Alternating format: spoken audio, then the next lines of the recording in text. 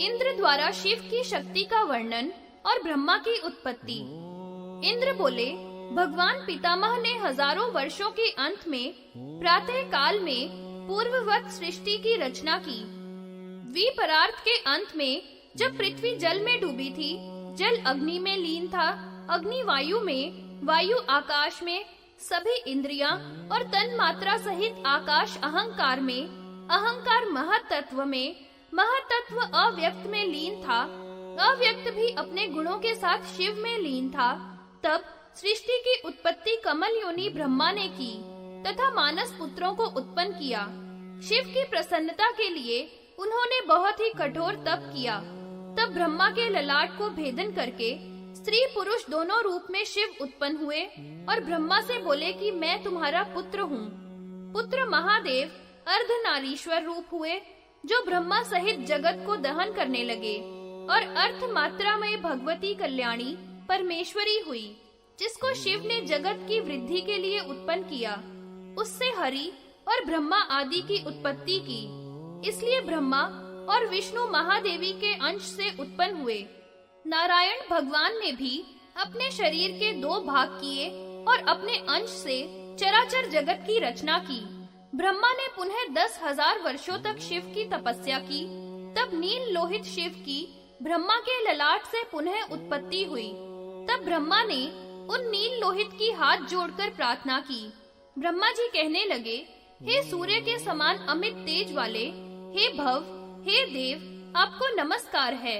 आप सर्व हो, क्षित रूप हो, ईश रूप हो, वायु रूप हो, सोम रूप हो, यजमान रूप हो।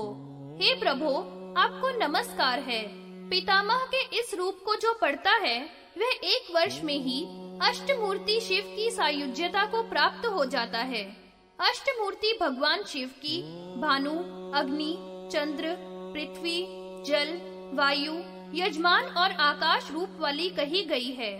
अष्टमूर्ति शिव के प्रसाद से ब्रह्मा ने अखिल जगत की रचना की।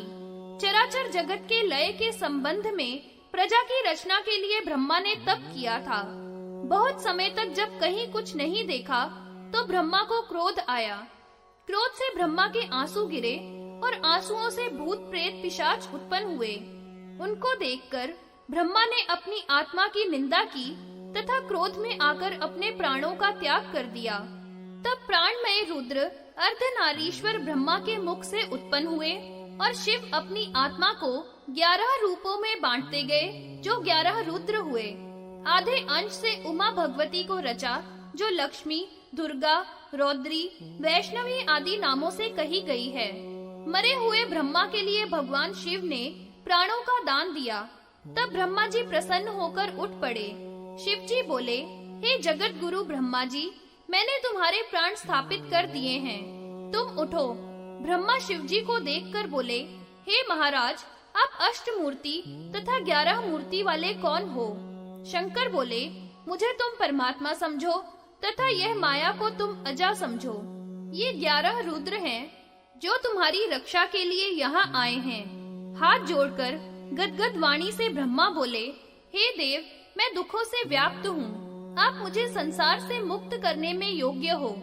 तब उमापति शंकर ब्रह्मा को आश्वासन देकर रुद्रों सहित वही अंतर ध्यान हो गए। इंद्र कहता है, हे शिलाद, अयोनिज तथा मृत्युहीन पुत्र दुर्लभ है। ब्रह्मा जी अयोनिज नहीं है तथा मृत्यु से रहित नहीं है, किंतु रुद्र यदि प्रसन्न हो जाएं, तो वे मृत्युहीन और अयोनिज पुत्र दे सकते हैं। उनको कुछ भी दुर्लभ नहीं है। ब्रह्मा, विष्णु तथा मैं अयोनिज और मृत्यु से रहित पुत्र देने में असमर्थ हैं। शैल आदि बोले, इस प्रकार मेरे पिता शिलाद को कहकर इंद्र अपने सफेद हाथी पर बैठकर चले गए।